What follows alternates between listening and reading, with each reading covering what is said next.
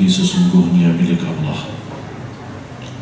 Oleh karena itu jangan Anda sedih atas kehilangan dan kekurangan sesuatu, karena semuanya dari Allah dan kembali kepada Allah Subhanahu wa ta'ala. La hawla wa la quwwata illa billahil aliyyil azim. Alhamdulillah, syukurillah atas segala karunia dan nikmat yang telah diberikan oleh Allah Subhanahu wa ta'ala. Saya menyampaikan terima kasih dan ribuan terima kasih kepada guru kita Mukarram Kiai Haji Agim. Semoga beliau di tanah suci di sana dalam keadaan sehat walafiat, dan insyaallah kembali ke tanah air sudah suci lahir batin. Terima kasih atas memberikan kepada saya hamba yang dhaif, yang jauh di Indonesia ada yang lebih baik daripada saya. Tapi itulah ujian Allah bagi saya untuk bisa mengisi di hadapan Anda sekalian. Bagi saya, barangkali Anda senang atau sebagian menganggap nikmat bisa bertemu saya langsung, tapi bagi saya cobaan dan ujian bisa mendapatkan kepercayaan seperti ini yang tidak fantas bagi saya, karena ada yang jauh lebih banyak yang baik dan takwa daripada saya. Wala hawla wala quwwata illa billahil aliyyil azim. Alhamdulillah, syukurlah jemaah sekalian yang dimuliakan Allah Subhanahu wa ta'ala.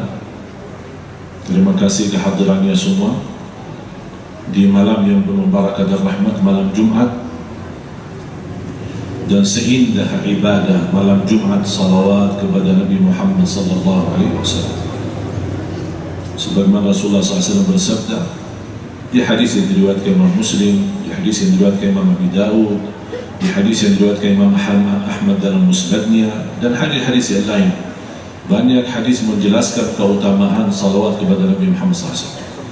Mala Imam Ibn Qayyim rahimahullah menjelaskan 40 manfaat dan faedah daripada salawat kepada Nabi Muhammad SAW. Di luar berbanyak salawat itu mendapatkan ampunan dosa, dan salawat mendapatkan qada'ul hawaij, dimudahkan segala hajat kita. Dan bersalawat kepada Nabi Muhammad sallallahu alaihi wasallam menghindarkan dan menjauhkan dari segala kesusahan dan kesulitan, apapun keinginan kita. Di luar itu semua Allah Subhanahu wa ta'ala itu termasuk di antara keutamaan yang teragung. Orang yang bersalawat 1 kali akan Allah balas 10 kali. Man salla alayya wahidatan sallallahu alayhi biha 10. Barang siapa yang salat kepadaku, kata Rasulullah, akan Allah balas 10 kali. Ulama menjelaskan salawat Allah kepada hamba-hamba yang bersalawat kepada Nabi Muhammad SAW akan Allah menghantarkan ribuan rahmat. Jadi salawat Allah bagi kepada hamba itu adalah rahmat. Allah membagikan rahmat, dan kita semua jamaah sekalian sangat memerlukan rahmat Allah SWT. Setiap waktu, setiap saat dalam ibadah kita perlu rahmat, dalam mencari nafkah dari rezeki memerlukan rahmat, karena rahmat itu membuka hati kita menuju kepada kebenaran. Kalau di luar rahmat Allah dan kasih sayangnya Allah SWT, kita tersesat. Bisa tersesat di ibadah, tersesat di jalan, tersesat dalam urusan-urusan keluarga, urusan mencari nafkah, urusan mencari rezeki yang halal. Apalagi di zaman ini yang kita melihat di sekeliling kita banyak cobaan, ujian, mencari yang halal aja susah. Oleh karena itu kita di sini sangat memerlukan rahmat Allah Subhanahu wa ta'ala, dan kita memohon setiap hari dalam salat kita, ihdinas siratal mustaqim. Ini memberikan tanda semua harus sadar kita tidak bisa melepaskan diri daripada rahmat dan hidayah dari Allah Subhanahu wa ta'ala. Ihdinas siratal mustaqim 17 kali dalam salat fardu. Ini belum salat sunnah-sunnahnya, qabliyah, ba'diyah dan yang lain-lain. Dan kita sebelum meminta ihdinas siratal mustaqim, kita sudah pasrah diri kepada Allah Subhanahu wa ta'ala dalam firman-Nya, iyyaka na'budu wa iyyaka nasta'in. Hanya kepada Engkau ya Allah kami beribadah, Dan tidak akan bisa sempurna ibadah itu dengan benar, ikhlas, mutaba'ah Nabi Muhammad sallallahu alaihi wasallam, ya kecuali nasta'in, dengan pertolongan Allah Subhanahu wa taala. Jadi orang-orang yang bertaat bisa menjaga salat berjamaah, istiqamah baca Quran, bisa bangun di tengah malam salat malam. Ini semuanya karunia dan taufik dari Allah. Jangan Anda berfikir itu usaha saya, itu kekuatan saya, itu kemampuan saya. Banyak orang yang ingin punya kemampuan yang luar biasa. Malah saya kaget beberapa hari lalu seorang pemuda telepon. Biasanya kalau pemuda telepon itu pasti menceritakan persoalan bagaimana sikap saya menghadapi perpisahan sama pacar, bagaimana saya menghiburkan hati, bagaimana saya menghilangkan sifat malas daripada salat, bagaimana sikap saya sama orang tua saya yang menzalimi saya. Tapi ini subhanallah orangnya beda. Ternyata keluarganya menceritakan kondisi anaknya ini sudah melebihi 15 tahun tidak bisa bergerak, lumpuh total, tidak bisa bergerak. Dan dia ingin berbicara langsung sama saya. Begitu dia diterima teleponnya dan dia bicara, saya ingin bertanya, mohon diberikan solusi. Saya begitu mendengar berita keadaannya, barangkali minta didoakan atau sabar bagaimana supaya saya menghadapi cobaan dan ujian seperti ini. Malah pertanyaannya, jemaah sekalian, saya tidak bisa bergerak sama sekali. Bagaimana saya wudu untuk salat malam?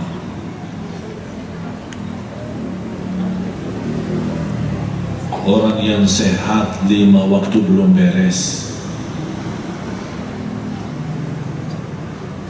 Karena kita diberikan banyak nikmat dari Allah Subhanahu wa taala, tapi kita cukup lalai. Yang kita mulai protes sama Allah dan marah sama Allah kalau diuji. Selama ini kita lupa nikmat. Dan saya selalu menyampaikan kalau Allah Subhanahu wa taala sudah membagikan nikmat rata-rata kepada seluruh manusia.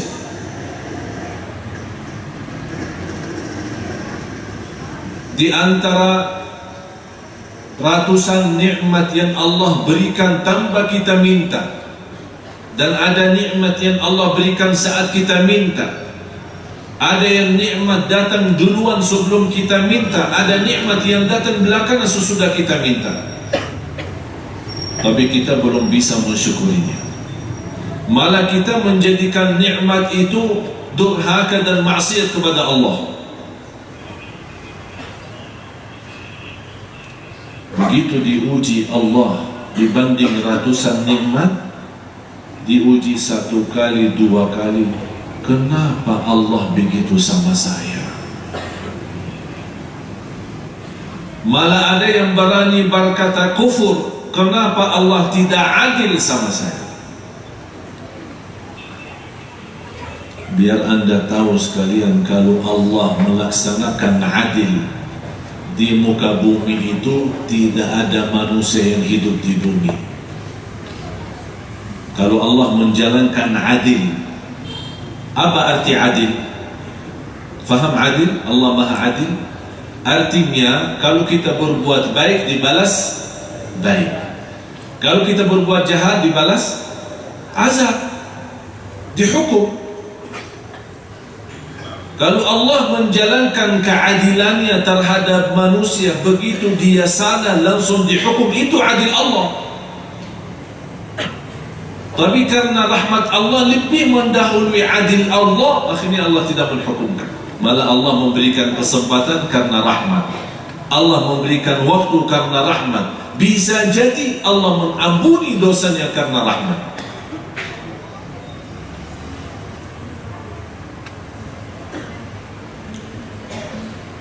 Surah 35 ayat 45. Tolong simpan, saya minta semua hafal ayat ini. A'udzu billahi minasy syaithanir rajim. Walau yu'akhidhu Allahu an-nasa bima kasabu ma taraka 'ala dhahriha min dabbah walakin yu'akhiruhum ila ajalin musamma. Sekiranya Allah menghukumkan manusia atas setiap dosa dan maksiat, tidak ada makhluk pun yang hidup di muka bumi karena terlalu manusia, keterlaluan perbuatan manusia. Bumi dan air laut minta izin sama Allah setiap hari 3 kali untuk menghabiskan manusia karena bumi dan laut tidak bertahan lagi. Tapi Allah masih. Itulah Allah sabur. Sabur.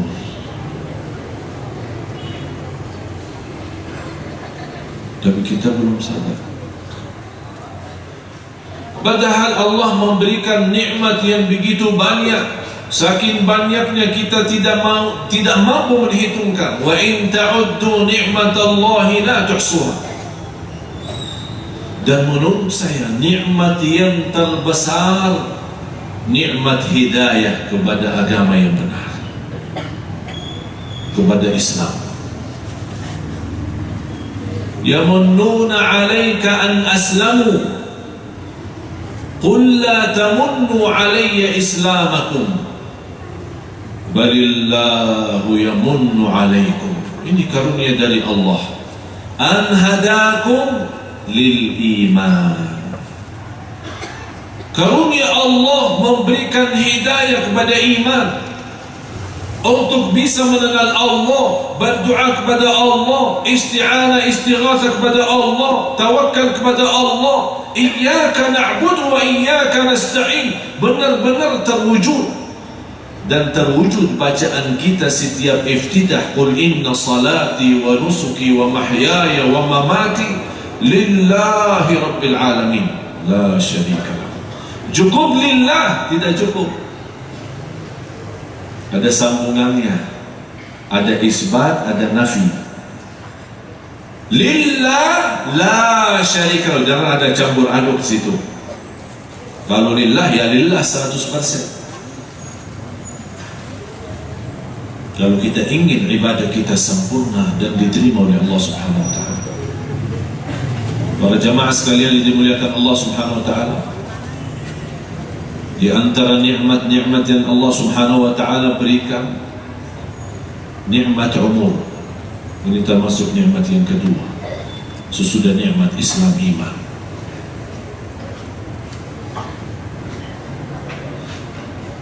Setiap hari saya bangun pagi subuh,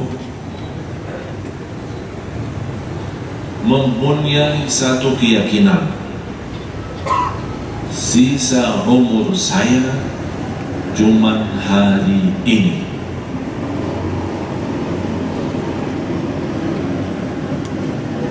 Kalau Anda memiliki keyakinan sisa umur kamu adalah hari ini, berarti cuma satu hari. Apa yang harus kita lakukan? Kalau orang meyakini hal seperti ini, kira-kira dia mau menghabiskan sisa umurnya berdosa? Tidak mungkin. Karena dia sudah tahu ini akhir, sudah terakhir. Setiap saya mendengar azan, saya membayangkan satu yang membuat saya segera melaksanakan salat. Ini azan yang saya bisa mendengar sekarang, ini azan yang terakhir saya dengar.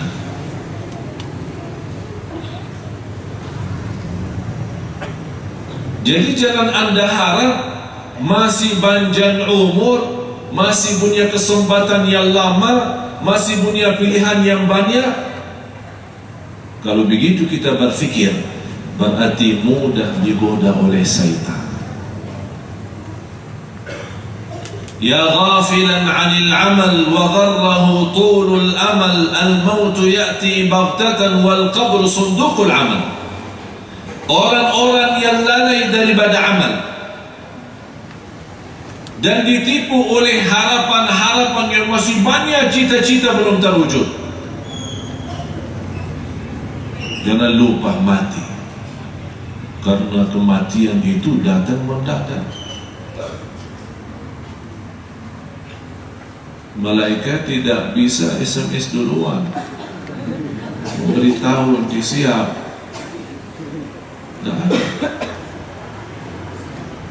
Dan dia datang tidak perlu minta izin. Kalau dia sudah melalui kita mengambil nyawa orang lain, akan datang satu saat melalui orang lain untuk mengambil nyawa kita.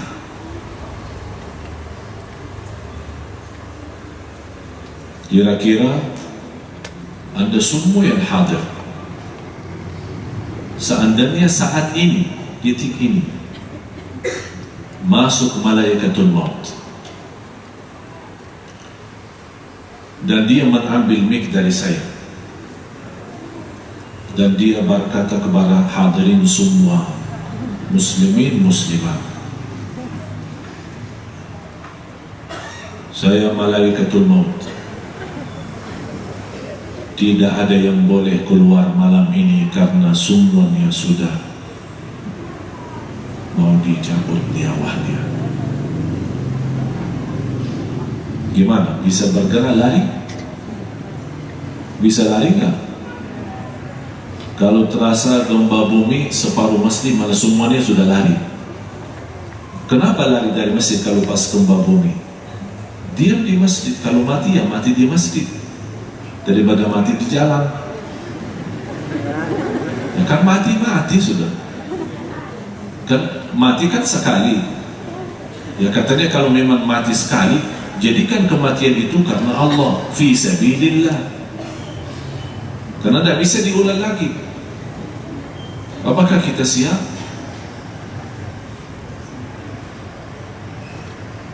Yang merasa diri siap angkat tangan. Ini serius, saya bicara serius. Siap enggak kalau malaikatul maut datang sekarang untuk mengambil nyawa kita? Semua yang ada di sini. Tidak boleh ada yang pulang malam ini. Yang siap angkat tangan. Tolong bawa ini buku, kita menulis nama-nama.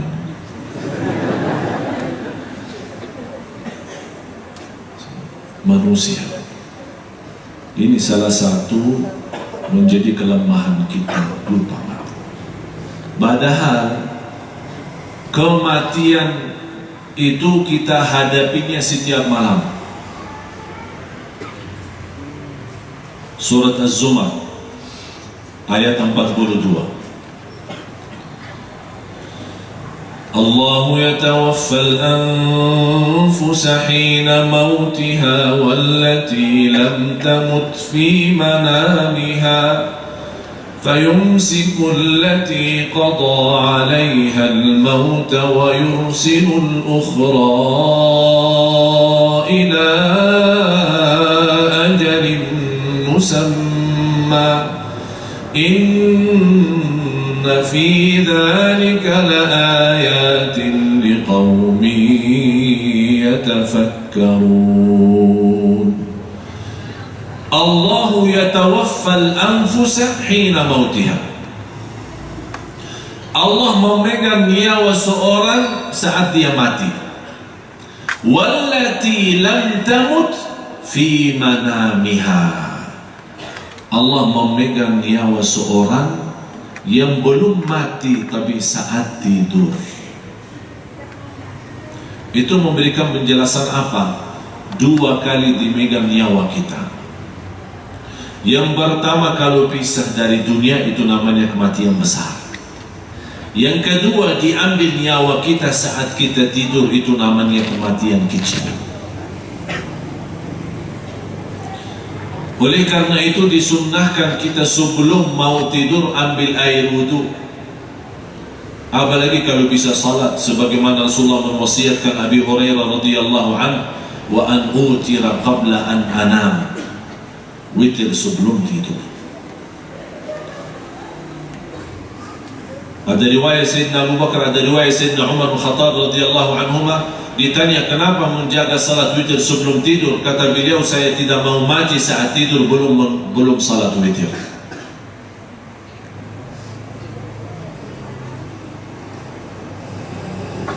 Malah ada fatwa dari guru kita Syekh Abdul Aziz bin Baz rahimahullah ta'ala mensarankan kita witir sebelum tidur. Dan itu mazhab Imam Abu Hanifah. Kenapa witir sebelum tidur? Kalau kita malas-malasan bangun nanti malam, alhamdulillah sudah witir. Dan tetap terhitung sebagian daripada salat malam.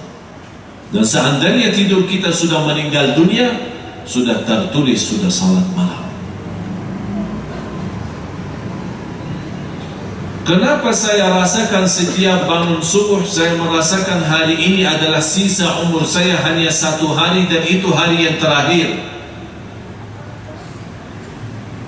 Dan tidak punya jaminan 1% pun untuk masih punya hidup besok lagi. Oleh karena itu kalau kita mau tidur, baca apa? Bismikallahumma ahya wa faham tak? Ahya wa amut, mati. Kenapa tidak diberkata Bismikallahumma nom, tidur?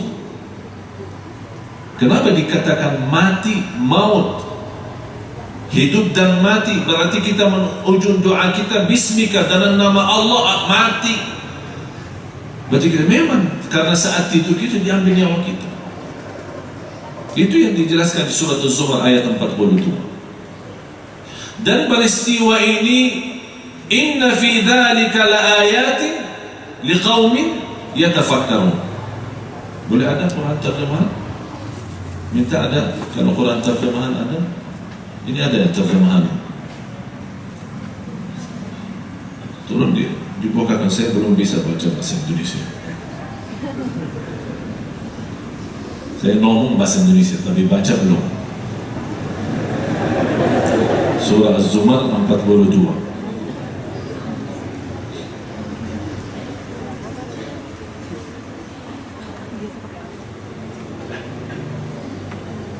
Jadi coba kita sama-sama menghayati ayat ini.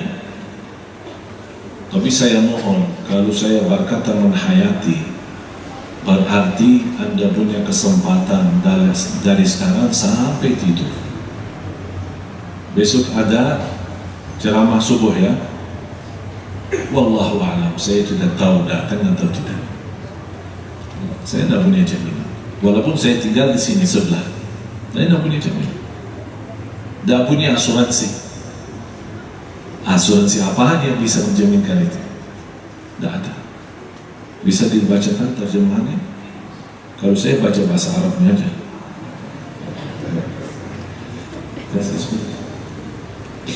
Bismillahirrahmanirrahim. Allah memegang nyawa seseorang pada saat kematiannya dan nyawa seseorang yang belum mati ketika dia tidur. Sekarang dengar, memegang nyawa seorang saat kematiannya, ini satu. Terus kapan lagi Allah memegang nyawa orang itu? Ya, ulang lagi. Dan nyawa seseorang yang belum mati ketika dia tidur. Ketika dia tidur, Allah ambil nyawanya, berarti dicabut nyawanya. Terus maka dia tahan nyawa orang yang telah dia tetapkan kematiannya. Akan terjadi dua hal. Kalau Allah memegang nyawa seorang, kalau sudah ditetapkan kematiannya, banyak keluarga kita yang mati pas dia tidur. Karena di situ Allah memegang nyawanya, sudah tidak diizinkan nyawanya kembali lagi, ditetapkan. Terus yang kedua, dan dia lepaskan nyawa yang lain sampai waktu yang ditentukan. Dilepaskan nyawa yang lain. Berarti jamaah sekalian, yang saya yakini dan Anda harus semua yakini, saat kita tidur sudah dimegang nyawa kita oleh Allah. Tapi yang belum yakin, apakah kita ditetapkan mati atau masih punya, itu yang jadi masalah. Kalau soal diambil nyawa kita sudah jelas, tidak bisa tawar-tawaran. Tapi yang menjadi masalah bagi kita, gimana? Apakah saya di malam ini akan ditetapkan mati sudah tidak punya lagi kesempatan, atau masih punya kesempatan? Inna fi dzalika, sungguh pada yang demikian itu terdapat tanda-tanda kebesaran Allah bagi kaum yang berfikir. Bunyi otak enggak? Bunyi enggak? Coba periksa. Taruh tangan di atas kepala. Periksa. Ada isinya enggak? Kalau memang ada isinya, di nanti malam Anda wudu, Anda rasakan ini wudu yang terakhir. Salat witir, ini witir yang terakhir. Dan tidur dalam keadaan seperti ini. Kata sebagian ulama, seorang muslim yang tidur dalam keadaan wudu, nyawanya akan mampu bersujud di hadapan Allah.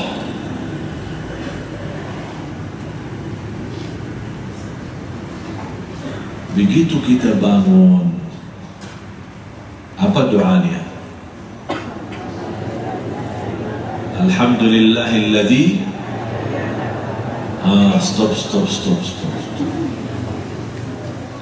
Alhamdulillah sudah Anda faham.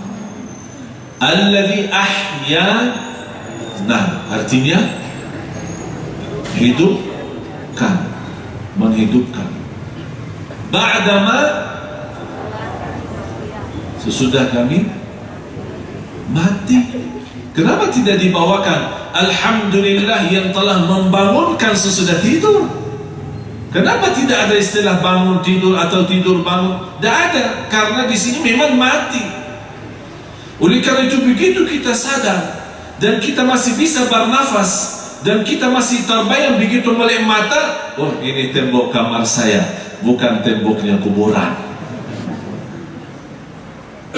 Begitu datang seorang membangunkan kita, begitu kita buka mata, oh ibu saya, bapak saya, kakak saya, adik saya yang membangunkan, tapi bukan mungkar nakir.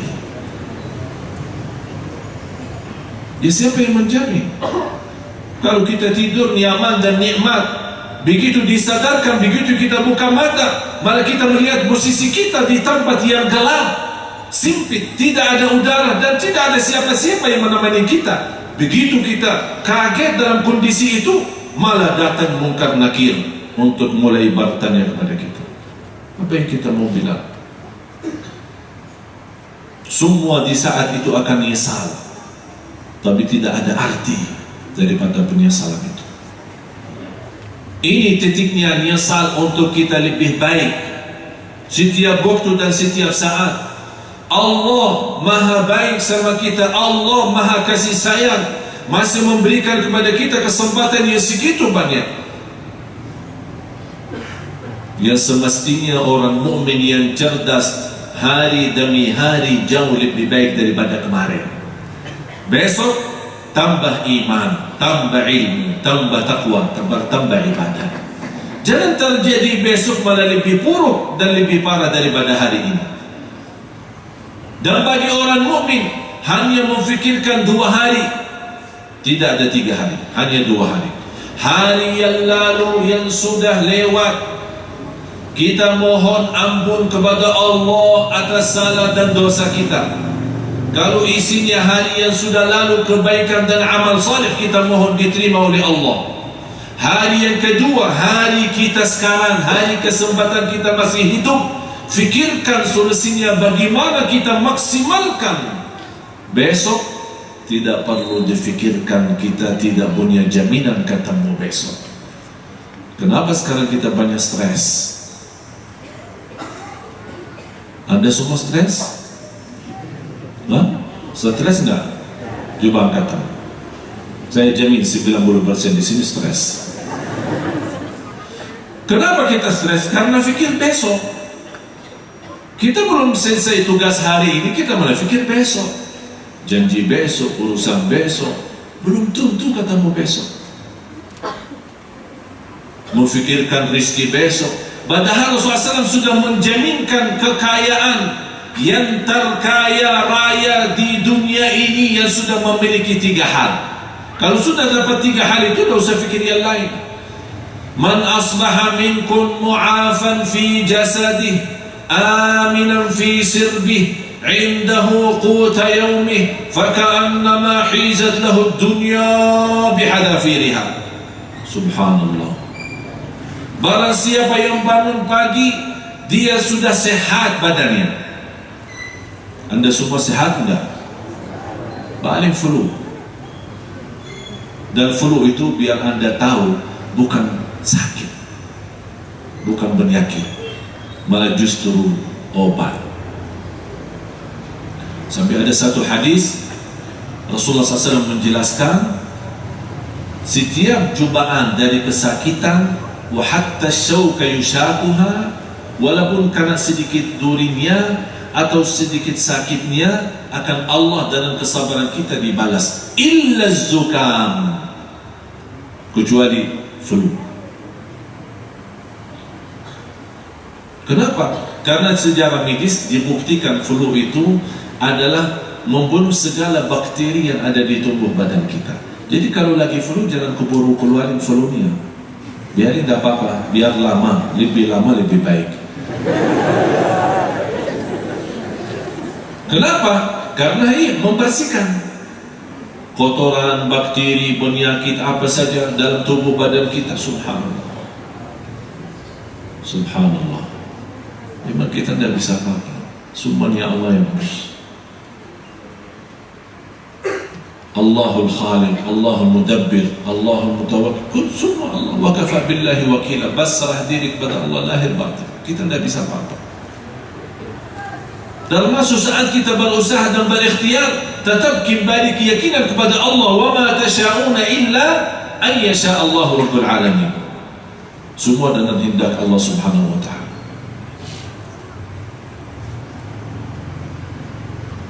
Jadi bangun pagi sudah dalam keadaan sehat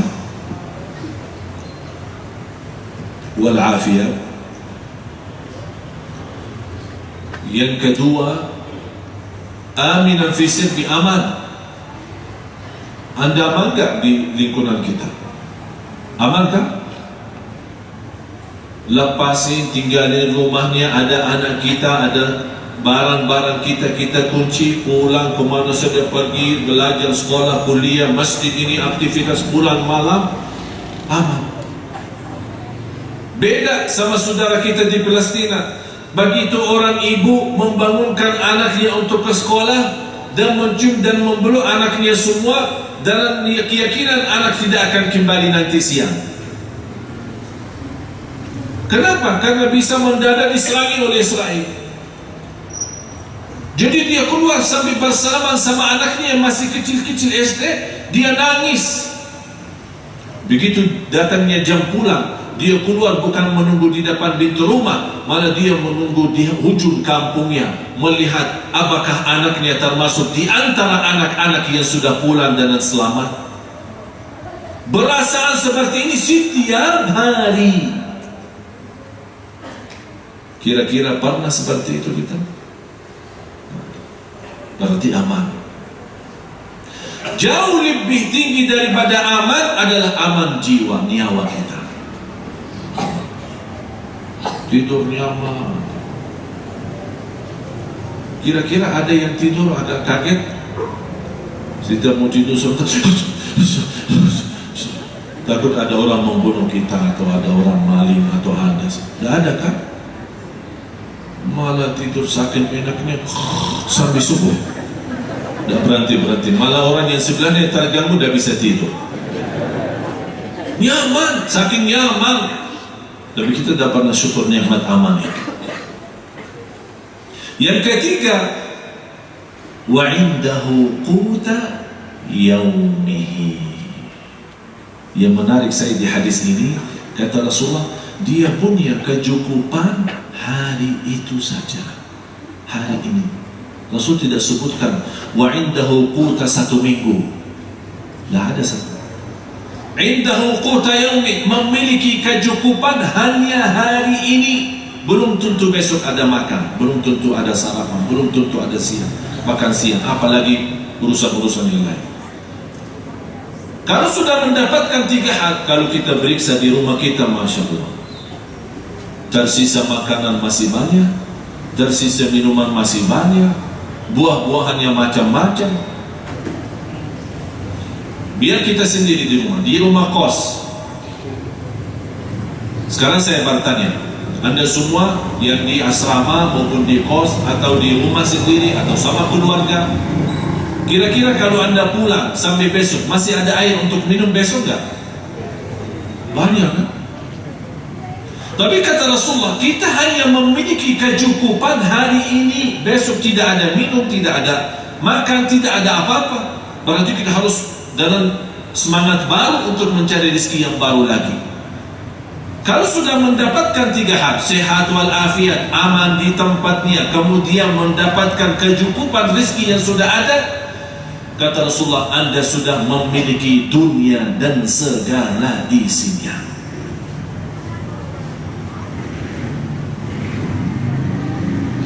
Tapi kita punya rumah kecil, malah lihat rumah yang besar.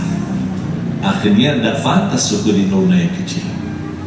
Tapi yang semestinya supaya kita mensyukuri rumah kecil, coba lihat orang yang tidur di jalan.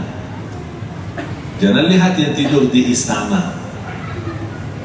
Kalau Anda melihat terus ke atas, nanti sakit lehernya lama-lama. Tukang mijit terus dipanggil. Mijitnya, Pak, saya sakit leher karena tunduk melihat ke atas, tengok ke atas saja. Tapi tak jadi orang yang indah. Saya bawakan cerita. Saya punya kawan, seorang pendakwah yang luar biasa. Sekarang dia pindah di kota Madinah. Sakitnya lumpuh total sudah 22 tahun. Dan dia pernah berkata, saya merasa satu-satunya di muka bumi yang diuji oleh Allah seberat ini saya merasa tidak punya orang lain yang memiliki cobaan seperti ini. Dia tidak bisa bergerak sama sekali, tapi masih bisa berbicara. Kalau dia istilahnya sakit gatal di bagian bibirnya atau mukanya, ya Allah, dia cerita pada saya nangis, berteriak minta tolong ibunya yang datang. Itu aja, tidak ada lain. 22 tahun dia buang hajat di atas tangan ibunya. Saya kemarin baru mendapatkan berita dia nikah. Kira-kira apa yang dia bisa berbuat dalam kondisi seperti ini? Saya bertanya sama istri, kamu mau apa sama dia? Tidak bisa apa-apa, tapi subhanallah, istrinya cantik luar biasa dan dikenal sebagai wanita salihah. Dia berharap walaupun suami tidak bisa memberikan nafkah kepada saya, nafkah batin maupun lahir, tapi saya mau menjadi istrinya beliau. Mudah-mudahan saya bisa masuk surga lewat beliau ini. Luar biasa ikhlas. Sekarang di mana wanita sekarang?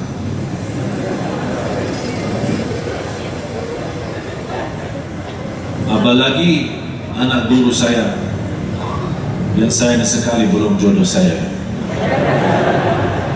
Luar biasa, umurnya 19 tahun, hafal Al-Quran dengan 10 qiraat, hafal Sahih Bukhari, Sahih Muslim, dan lebih dari 3.000 hadis dari kitab sunnah-sunnah yang lain. Bukhari Muslim dia hafal.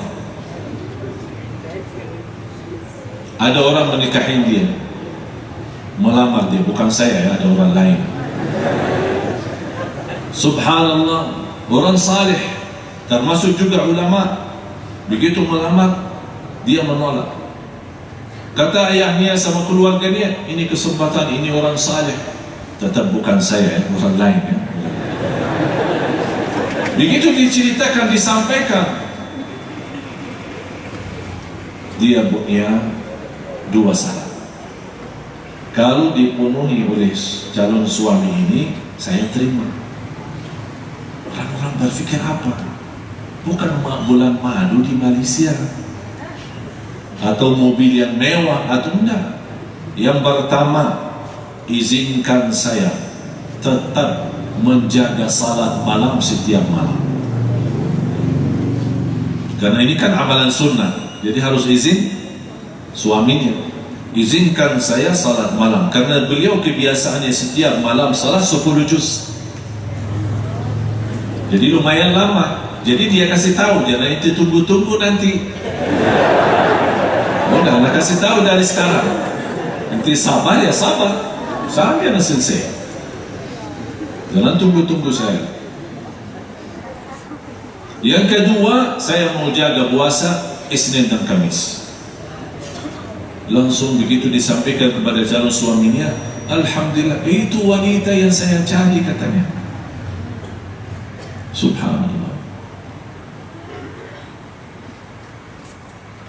Kaum muslimat, ibu, tes. Periksa, apa kita ingin mendapatkan suami yang menjadi jodoh dan imam kita? Apa keinginan dan harapan kita? Disitulah Anda sesuai niat kita yang tulus dan ikhlas, akan Allah berikan yang terbaik.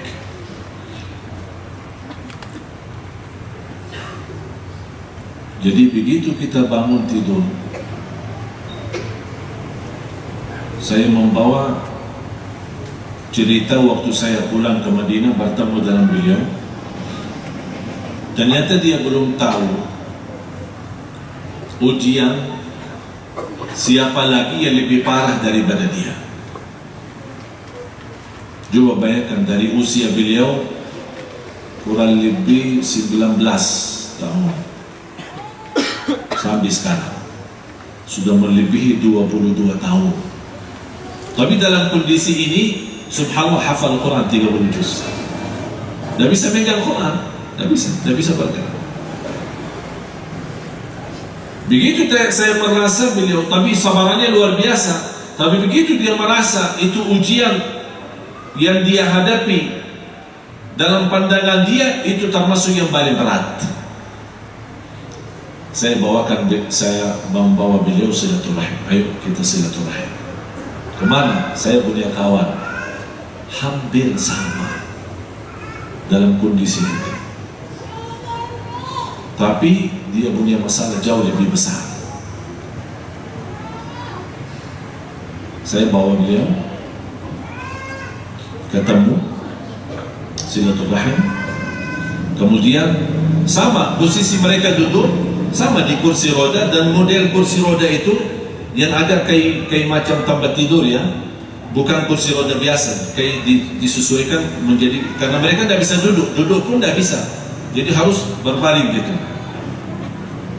Dan saya buka selimutnya bagian kaki, dan saya tunjukkan kepada kawan saya, coba lihat kakinya kenapa. Dia punya luka di bagian, dan 2 jari di bagian kaki itu sudah habis, tidak ada, dan bekas luka masih. Saya bilang, antum tahu ini kenapa? Dia bilang, kenapa? Ini pernah malam hari dimakan jarinya oleh tikus. Antum masih bisa berteriak, tapi kalau ini tidak bisa ngomong dan tidak bisa dengar, tidak bisa ngomong dan tidak bisa dengar. Cuma Allah kasih keluarganya perhatian begitu mereka masuk malam hari dan melihat anaknya nangis, tapi tidak bisa bersuara, tidak bisa berteriak, tidak bisa minta tolong. Mereka tidak tahu kenapa kamu nangis, ada apa. Mereka sudah tidak tahu. Dia tidak bisa juga bergerak untuk tunjukkan bagian kaki saya. Begitu mereka membersihkan, malah melihat darahnya bertumpah dari bagian kakinya sampai berluka parah.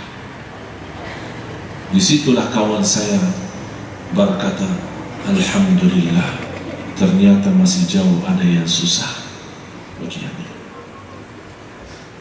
Oleh karena itu jamaah sekalian, menurut saya kita belum diuji Allah SWT selama kita masih beriman.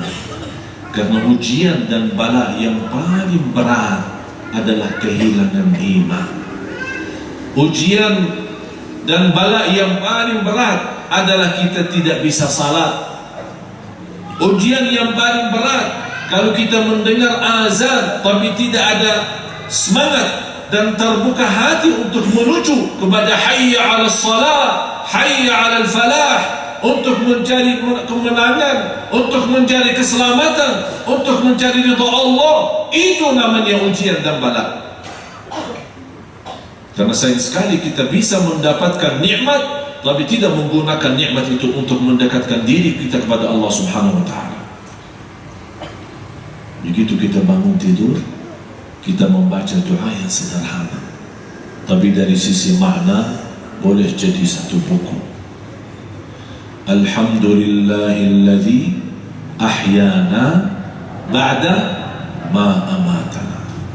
Menghidupkan sesudah mati. Jadi begitu anda Bapak Ibu jamaah sekalian, begitu anda sadar dan bangun dari tidur, anda merasa masih bisa bernafas dan masih punya umur, dari dalam hati anda mengucapkan alhamdulillah, Engkau ya Allah menghidupkan aku sesudah mati. Ada di riwayat yang lain yang jauh lebih indah, alhamdulillahilladzi radda ilayya ruhi wa afani fi jasadi wa adhina li bi dhikri. Alhamdulillah yang telah kembalikan ruhku. Dan kita sudah sepakat nyawa kita diambil, dimegang oleh Allah. Begitu kita bangun, alhamdulillahilladzi radda, kembalikan ruhku, wa afani fi jasadi, afiat di badanku, wa adina, ini yang paling indah dan tertinggi, diizinkan oleh Allah untuk beribadah lagi, menyebut namanya lagi, berzikir lagi. Karena Rasulullah SAW bersabda di hadis yang sahih, tu'radul fitanu 'alal qulub, akan datang satu masa saking banyak cubaan dan fitnah-fitnah, apalagi fitnah terhadap agama kita, akhirnya apa yang terjadi? Yusbihu fiha al-mu'minu mu'minan wa yumsi kafiran. Di pagi hari dia beriman, baru saja tadi pagi dia beriman, di sore hari dia sudah kafir dan keluar daripada agama Allah. Siapa yang menjaminkan kita menetapkan hati kita atas kebenaran? Itulah doa Nabi kita, Nabi Muhammad SAW berdoa kepada Allah, ya muqallibal qulub tsabbit qalbi ala dinik. Dan saya akhiri satu cerita. Ini kesempatan bagi kita semua. Penghalaman saya mendapatkan rahasia satu amalan. Amalan itu sedekah. Apa kelebihan sedekah? Yang membuat saya bangga di Indonesia adalah masyarakat Indonesia, biarpun dia susah, biarpun dia sulit, biarpun pusing karena banyak hutang, tapi subhanallah, kalau dari sisi sedekah, tangannya murah hati, terbuka, apa adanya. Itu menjadi kebiasaan. Dan saya mau luruskan kembali, boleh anda menjadikan sedekah itu kebiasaan, tapi saat anda bersedekah jangan lupa nawaitu innamal a'malu binniyat. Karena sedekah itu dahsyat untuk memudahkan segala hajat kita. Tadfa'u mitatas su, tadfa'ul bala, taghfiru dzam, tudfi'u ghadab ar-rabb. Diselamatkan dari kematian buruk, diselamatkan dari kematian mendadak, diampuni dosa, memadamkan kemurkaan Allah, menjauhkan dari ujian yang berat, menjauhkan dari cobaan yang buruk, menjauhkan dari kesusahan dan kesulitan, menyembuhkan penyakit, memberikan keselamatan dunia akhirat, menjaminkan husnul khatimah, menjauhkan dari su'ul khatimah. Banyak dahsyat-dahsyat daripada sedekah. Dan sedekah yang saya melihat dan mendapatkan belajarannya, rahasianya setiap salat. Kenapa setiap salat? Allah sudah menjelaskan. Kalau kita perhatikan dalam Al-Quran, kenapa Allah sengaja mengikatkan salat dengan sedekah? Alladzina yuqimuna as-salata wa mimma razaqnahum yunfiqun. Alladzina yuqimuna as-salata wa yu'tuna az-zakah. Alladzina yuqimuna banyak ayat Allah ikatkan sedekah dan salat. Saya memberikan dua cara. Setiap salat Anda bawa sedekah. Berapa terserah. Biar koinnya masuk.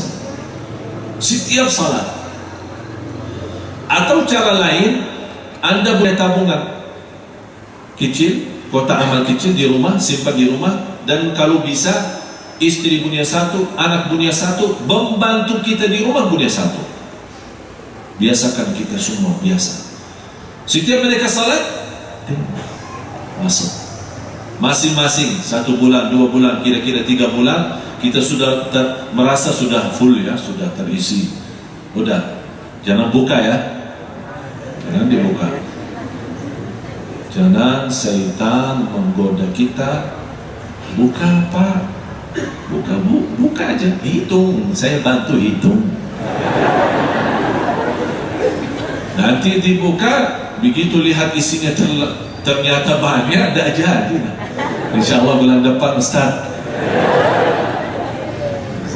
muncul ada banyak keperluan, ini hutang sana sini, bosin, tidak usah dibuka. Dalam kotak amal serahkan semua. Siap? Subhanallah, cara ini bukan dari saya mengambil dosis ini atau kesimpulannya daripada ayat Al-Quran, tapi saya mendapatkan pengalaman. Saya bukan menceritakan karena dia, tapi begitu saya mendapatkan kenikmatan sedekah dengan cara setiap salat, saya juga menjadi kewajiban saya untuk menyampaikan kepada jamaah semua supaya bisa Anda melihat dahsyatnya sedekah untuk mendatangkan rezeki. Bukan mudahkan, ada dua istilah, ada mudahkan rezeki atau murahkan rezeki, ada mendatangkan rezeki. Kalau murah rezeki berarti kita usahakan bergerak, berjalan sana. Tapi kalau dengan cara sedekah yang dahsyat mendatangkan rezeki, itu cara Allah, bukan cara kita. Saya satu cerita, saya mohon semua perhatian cerita. Ini cerita benar sama kawan saya. Saya mau tunjukkan, subhanallah, ternyata sedekah itu bukan hanya mendatangkan rezeki, dalam menjaminkan keturunan yang saleh-saleh sampai ke 7 keturunan. Sebagaimana subhanallah berfirman, wa ammal jidaru fakana li ghulamaini yatimaini fil madinah wa kana tahtahu kanzun lahuma. Allah memberikan lewat Nabi Musa, terbuka harta-harta dua anak yatim, wa kana tahtahu kanzun lahuma wa kana abuhuma salihah. Ulama menjelaskan di sini abuhuma salihah adalah bukan orang tua daripada kedua anak yatim, tapi adalah kakek yang ke-7, al-jaddus sabi', kakek yang ke-7. Karena dia orang saleh, mereka sampai ke-7 turunan yang namanya anak yatim di waktu sama Nabi Musa, mereka mendapatkan berkah kakeknya yang ke-7. Subhanallah. Kawan saya seorang biasa, ibunya tukang jahit. Ibunya bekerja keras, tukang jahit, untuk membiayakan biaya anaknya sekolah. Anaknya melihat ibunya susah dan kasihan bekerja keras untuk membiayai sekolah. Kata anaknya, ibu, saya sayang sama ibu. Demi ibu saya tidak mau melanjut belajar sekolah karena saya melihat ibu begitu susah dan rela untuk membiayai saya. Kata ibunya, saya tidak akan rida kalau kamu tidak teruskan sekolahnya. Tidak usah fikirkan soal biaya. Tapi karena itu adalah keinginan ibunya, dia tetap teruskan. Sampai ke kuliah, dan di situ di kuliah dia nikah, kemudian dapat keturunan dan terus melanjut belajar sampai dia tamat. Dapat alhamdulillah kerjaan bagus walaupun ditugaskan di kota lain. Mendapatkan kerjaan menjadi guru sekolah di salah satu sekolah jauh dari kampung ibunya. Begitu dia terima gaji pertama, dia simpan dan dia berkata, ini gaji pertama saya mau kasih hadiah untuk ibu saya, dan saya mau tunjukkan hasil ikhlas dan kesabaran ibu untuk berjuang untuk anaknya, dan saya ikhlaskan gaji pertama untuk ibu saya. Dia simpan gaji pertama dan terus masih berjalan menunggu kesempatan untuk libur. Begitu datangnya hari raya Idul Fitri, dia pulang kampung bersama anaknya. Anaknya yang paling besar sudah berusia 8 tahun. Pulang. Begitu sampai rumah, dalam melihat saudaranya dan keluarganya pada nangis. Kenapa nangis? Ini kan hari raya. Mereka memberitahu baru saja ibu kita meninggal dunia. Dia bertambah sedih. Ya Allah, saya malah datang jauh-jauh untuk menggembirakan hati ibu saya, memberikan hasil perjuangannya, dan saya ikhlaskan gaji pertama. Tapi Allah Subhanahu wa ta'ala punya rencana lain. Dari situ dia bernazar lillahi ta'ala, setiap dia terima gaji, 2/3 daripada gajinya akan disedekahkan di jalan Allah atas nama ibunya, menjadi sedekah jariah. Apa yang dia perjuangkan? Setiap dia terima gaji, dia langsung belanja tabungan air, macam mesin yang ada isinya tabungan air buat air bersih di masjid-masjid, musalla-musalla, di jalan, di mana-mana. Bertahun-tahun dia menjalankan itu. Ketika satu saat dia merindukan pulang kampung, dia membawa keluarganya pulang kampung ibunya. Terjadi satu hal yang membuat dia sedih dan nangis. Begitu dia sampai kampung ibunya, dia melihat ada satu truk membawa tabungan air yang begitu besar untuk masjid yang ada di kampung ibunya. Dia di situ sedih dan nangis. Ya Allah, selama ini saya berjuang sedekah atas nama ibu saya, membawa tabungan air di mana-mana. Masjid kampung ibu saya lupa. Nangis dan nyesal. Kenapa bisa lupa masjid kampung ibu saya? Begitu dia lagi sedih dan nangis, datangnya imam masjid. Assalamualaikum Pak, terima kasih Pak, kiriman tabungan air itu. Bapak itu kaget. Siapa yang kirimin? Saya malah sekarang lagi nangis dan sedih karena saya lupa masjid kampung ibu saya. Kata imam, Masya Allah Tuhan, ikhlas. Sambil dia mau cerita, bukan soal ikhlas, beneran saya tidak pernah bawa. Begitu dia lagi diskusi sama imam, datang anaknya yang berusia 8 atau 9 tahun, bersalaman dengan bapaknya, di tangan bapaknya, mencium tangan bapaknya. Dia berkata, ayahku yang membawa tabungan itu adalah saya, tapi atas nama ayahku. Yang saya mengambil pelajaran dari peristiwa ini, anak yang 8 tahun malah ditanya sama bapaknya, dari mana kamu dapat duitnya? Dia bilang, uang saku yang ayah kasih saya simpan, tidak pernah saya pakai. Yang menggerakkan hati anak anak berusia 8 tahun untuk bisa beramal saleh dan punya keimpian-impian dan cita-cita sejak kecil, yang bisa berfikir dengan hati nurani untuk bisa kabungkan dan tabungkan uang sakunya sehari-hari. Allah, ini menjadi tanda Allah terima amal ibadahnya. Allah wujudkan keturunan anak saleh salihah yang begitu semangatnya dan cinta agama Allah dan cinta berbuat amal saleh. Itulah keinginan kita. Dan cerita seperti ini banyak lagi. Dalam kesempatan ini kita semua, punya orang tua yang masih ada maupun yang sudah dipanggil oleh Allah, dan saya yakin semua yang hadir, kita punya salah sama orang tua kita. Tidak ada yang tidak punya salah. Berapa kali kita membuat orang tua kita sakit hati, dan berapa kali kita mengkecewakan hati orang tua. Berapa kali kita mengkeraskan suara kita yang jauh lebih tinggi daripada suara ibu kita, tapi tetap ibu kita ikhlas dan tulus, dan tetap di belakang kita beliau mendoakan. Yang masih punya orang tua salah satunya atau dua-duanya, saya mohon,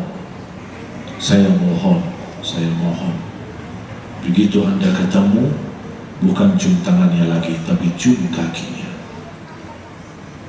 Kalau Anda merasa ibu kita, orang tua kita jauh di kampungnya, Anda telepon, minta dimaafkan dan minta didoakan.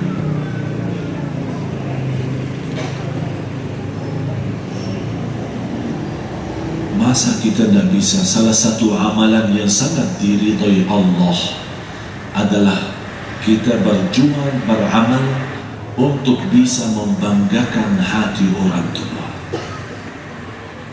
Orang tua masih ada, silahkan kira-kira apa kesukaannya, silahkan bawa sesuatu yang dia suka. Ini kalau dia membuat hatinya senang dan bahagia, sungguh demi Allah akan Allah bahagiakan Anda dunia akhirat. Bukan main hati bahagia ibu kita, sangat berharga di sisi Allah. Kalau Allah menghargai idkhalus surur, memasuki kebahagiaan dan kesenangan kepada hati seorang muslim biasa, apalagi orang tua. Saya minta semua tunduk kepala dan tutup mata.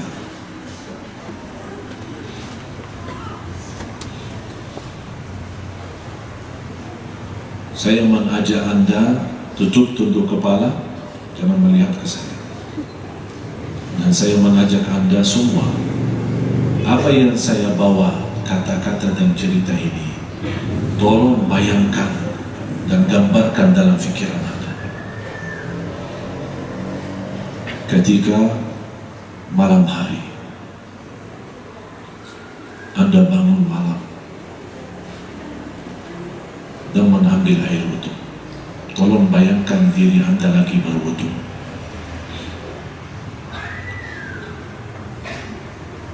Dan Anda membawa wudu yang terindah dan yang terbaik. Begitu selesai wudu, Anda salat malam. Dengan salat malam, tembusnya cahaya dari tempat salat Anda sampai ke langit.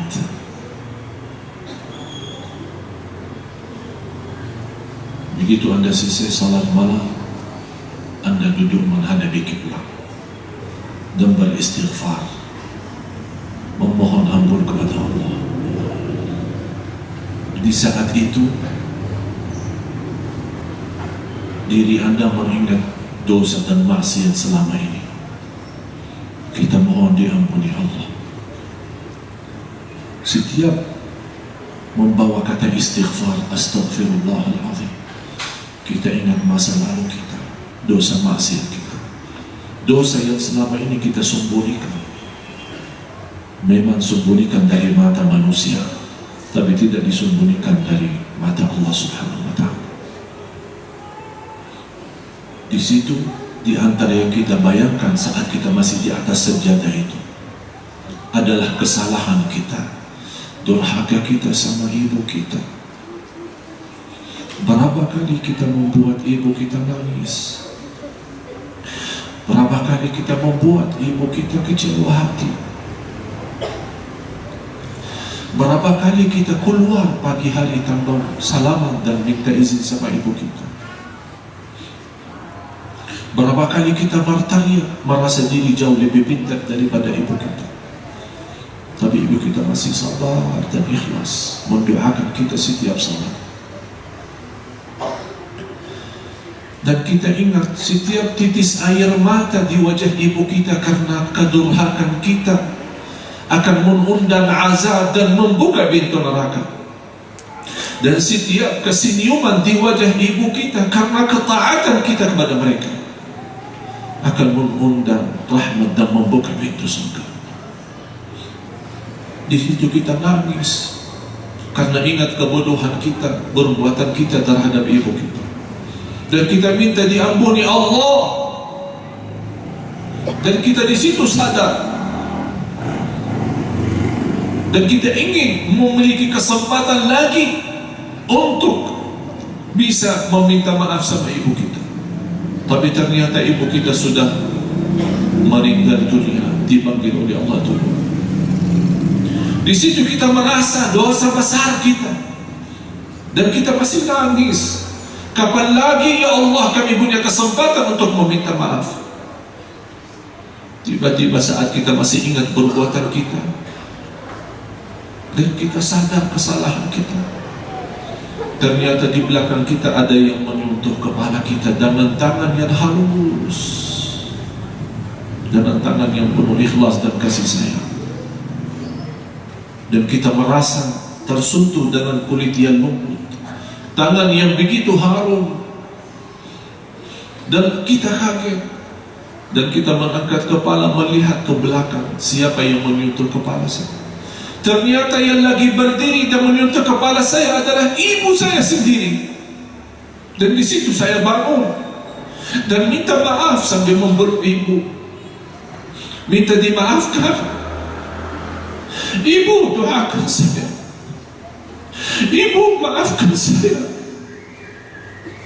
Saya terlalu bodoh terhadap ibu. Doakan saya, jangan sampai saya tersiksa di neraka jahanam. Dan ibu ikut nangis dan mendoakan, anakku sayangku, biarpun kamu keterlaluan sama saya, tetap kamu adalah anakku yang tercinta. Subhanallah, luar biasa ikhlas ibu. Tidak ada yang di antara kita yang mampu membalas kebaikan ibu kita. Hanya kita berdoa kepada Allah Subhanahu wa Ta'ala, Allah membalas kebaikannya mereka. Ya Allah, ya Tuhan kami, ampuni segala durhaka kami, ampuni segala dosa kami terhadap orang tua kami. Ya Allah, jadikan orang tua kami mulia di sisimu dunia akhirat. Ya Allah, banggakan hati orang tua kami ya Allah. Jadikan kami anak-anak yang berbakti ya Allah. Jadikan anak ya Allah salih-salihah yang senantiasa membahagiakan hati kedua orang tua kami. Ya Allah, ampuni orang tua kami, kasih sayang orang tua kami, muliakan orang tua kami, terima segala amal ibadah kami, dan jadikan kami bersama orang tua kami di surgamu ya Allah ya Rabbal Alamin ya Arhamar Rahimin. Ya Allah, jadikan pertemuan ini menjadi bermanfaat bagi kami, menjadi saksi baik bagi kami. Dan kami mohon berkah majlis kami dan pahala pelajaran ilmu kami di malam ini, malam Jumat. Ya Allah, kami mohon dititipkan untuk kedua orang tua kami. Birahmatika ya Arhamar Rahimin. Ya Allah, aku mohon untuk semua yang hadir serta keluarga, pulang malam ini ke rumahnya masing-masing sudah terhapus segala dosanya, dosa besar maupun kecil, dosa terang-terangan maupun sembunyi, dosa lahir maupun dosa batin. Ya Allah, sucikan hati kami, bersihkan jiwa kami. Ya Allah, aku mohon untuk semua yang hadir serta keluarganya pulang malam ini membawa ridhamu ya Allah, membawa ridhamu ya Allah, diselamatkan setiap langkah-langkahnya, dibahagiakan dunia akhirat. Pimpinlah kami ya Allah agar kami menjadi seorang muslimah yang menghafal Al-Quran, akhiri hayat kami dengan husnul khatimah.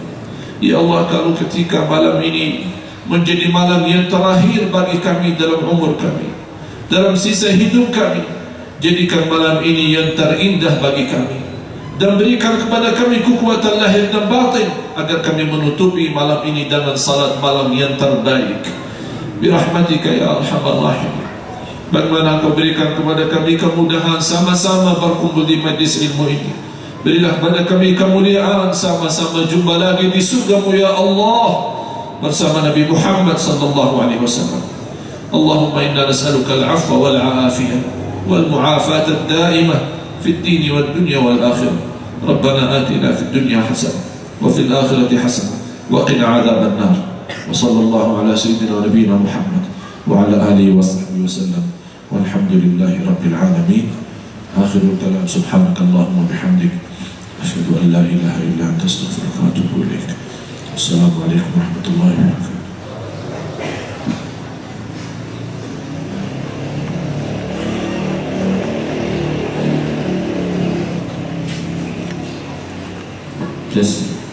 Bismillahirrahmanirrahim. Alhamdulillah, Bapak Ibu telah kita simak tausiah. Mudah-mudahan menjadi pencerahan dan motivasi untuk istiqomah berbuat kebaikan kepada orang tua dan kepada siapapun juga. Sebelum bubar, bagi yang akan berwakaf silahkan, panitia dari sorban wakaf sudah siap. Kita buktikan syukur kita pada malam hari ini dengan mendapatkan ilmu dari guru kita Syekh Ali Jabir Hafizahullah Ta'ala. Kita buktikan syukur kita dengan berwakaf. Mudah-mudahan ini menjadi amal jariah kita. Silakan bagi panitia.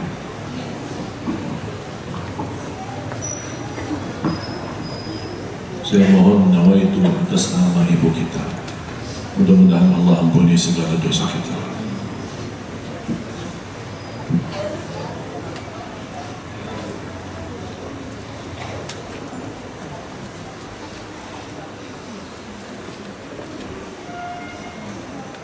InsyaAllah besok lepas subuh, insyaAllah saya akan bahas 10 amalan yang membuat hamba dicintai Allah. 10 amalan yang dijadikan hamba itu dicintai Allah. Saya yakin kalau saya bertanya, Anda cinta Allah? Anda semua menjawab, ya saya cinta Allah. Tapi yang menjadi fikiran dan harus kita mencari jawaban, bagaimana saya bisa tahu Allah mencintai saya? Kalau Anda mau tahu bagaimana Allah mencintai saya, InsyaAllah besok subuh kita akan membawakan 10 amalan yang InsyaAllah bisa menjadikan Allah, kita cinta Allah dan Allah mencintai kita. Amin ya rabbal alamin.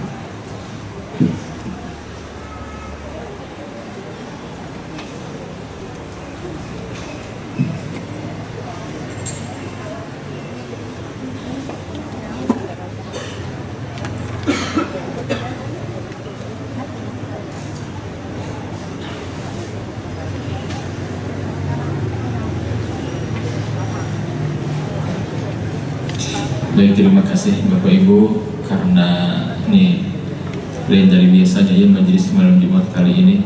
Besok sebagaimana tadi Syekh Ali Jabir menyampaikan, yang akan etikaf di sini hadir nanti subuh, sholat subuh berjamaah dan menyimak tausiah silakan dengan senang hati, atau bisa disimak di radio live kajian MK pagi besok bersama Syekh Ali Jabir. Tadi bagaimana 10 kiat agar dicintai Allah Subhanahu wa Ta'ala. Terima kasih. Subhanakallahumma wa bihamdika asyhadu an la ilaha